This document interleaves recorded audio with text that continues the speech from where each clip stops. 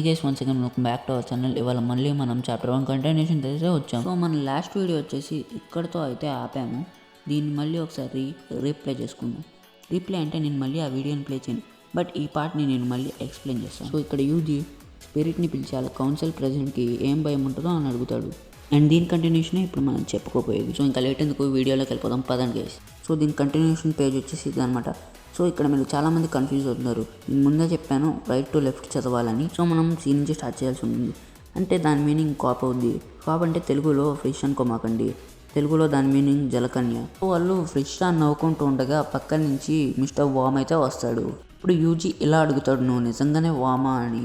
So అప్పుడు తను రిప్లైగా నేను చంపుతాను అని అంటాడు. అండ్ వాళ్ళ క్లబ్ మెంబర్స్ ఎలాంటి యాక్టివిటీ రిపోర్ట్ని సబ్మిట్ చేయలేదని, అండ్ ఇలాంటి వాళ్ళకి మా స్కూల్లో చోటు లేదని అయితే అంటాడు. అండ్ ఇక్కడికి ఒక కొత్త గర్ల్స్ టీమ్ అయితే వస్తుంది, ఇంకా మీరు బయటికి వెళ్ళండి అని అయితే అంటాడు. దానికి యూజీ మమ్మల్ని తక్కువ అంచనా ఏమాకండి అని అయితే అంటాడు. అండ్ అక్కడ ఉన్న బుక్ షెల్ఫ్ నుంచి ఒక బుక్ని తీసి టేబుల్ మీద అయితే పెడతాడు. అండ్ మిస్టర్ వామ్ వచ్చేసి అదేంటని అయితే అడుగుతాడు. సో అది న్యూ పారానార్మల్ యాక్టివిటీ అని చెప్పేసి, అండ్ అది స్కూల్కి సంబంధించిందని చెప్పేసి అని అయితే అంటాడు. అండ్ మీకు తెలుసు కదా మన రబ్బీ ఫీల్డ్ గ్రౌండ్ వచ్చేసి క్లోజ్లో ఉంది అని అయితే అంటాడు. అండ్ ఆ గ్రౌండ్ వాడే చాలామంది వరకు సిక్ అయ్యారని, అండ్ వాళ్ళు చాలా దూరంలో ఉన్న హాస్పిటల్స్లో జాయిన్ అయ్యారని కూడా అంటాడు.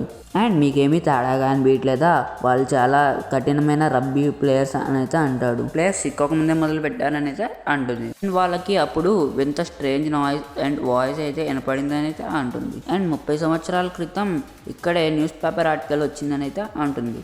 అండ్ కిందకు వస్తే ఇక్కడ మిస్టర్ యోషిడా ఒక కంపెనీ ఎంప్లాయ్ అయితే మిస్ అయ్యాడని అయితే వస్తుంది. అండ్ తను చివరగా కనబడింది స్కూల్ కన్స్ట్రక్షన్ జరిపేటప్పుడైతే అని అంటుంది. అండ్ కిందకు వస్తే అప్పుడు ఆ సమయంలో యోషిడా అప్పుల్లో ఉన్నారని అయితే అంటారు. అండ్ అతను కూడా లోన్ టార్గెటెడ్ షాక్స్ ద్వారా ఉన్నాడు.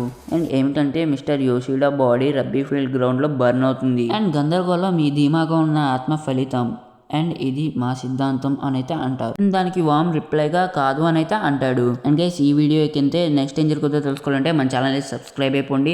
అండ్ మీకు తొందరలోనే దీని కంటిన్యూషన్ వీడియో మీ ముందుకు తీసుకొస్తాను. బ్రో అలా వెళ్ళే ముందు మా ఓడి వీడియోని లైక్ చేయండి బ్రో. చేస్తారు లేరా చుంటూ, బాధపడమాక.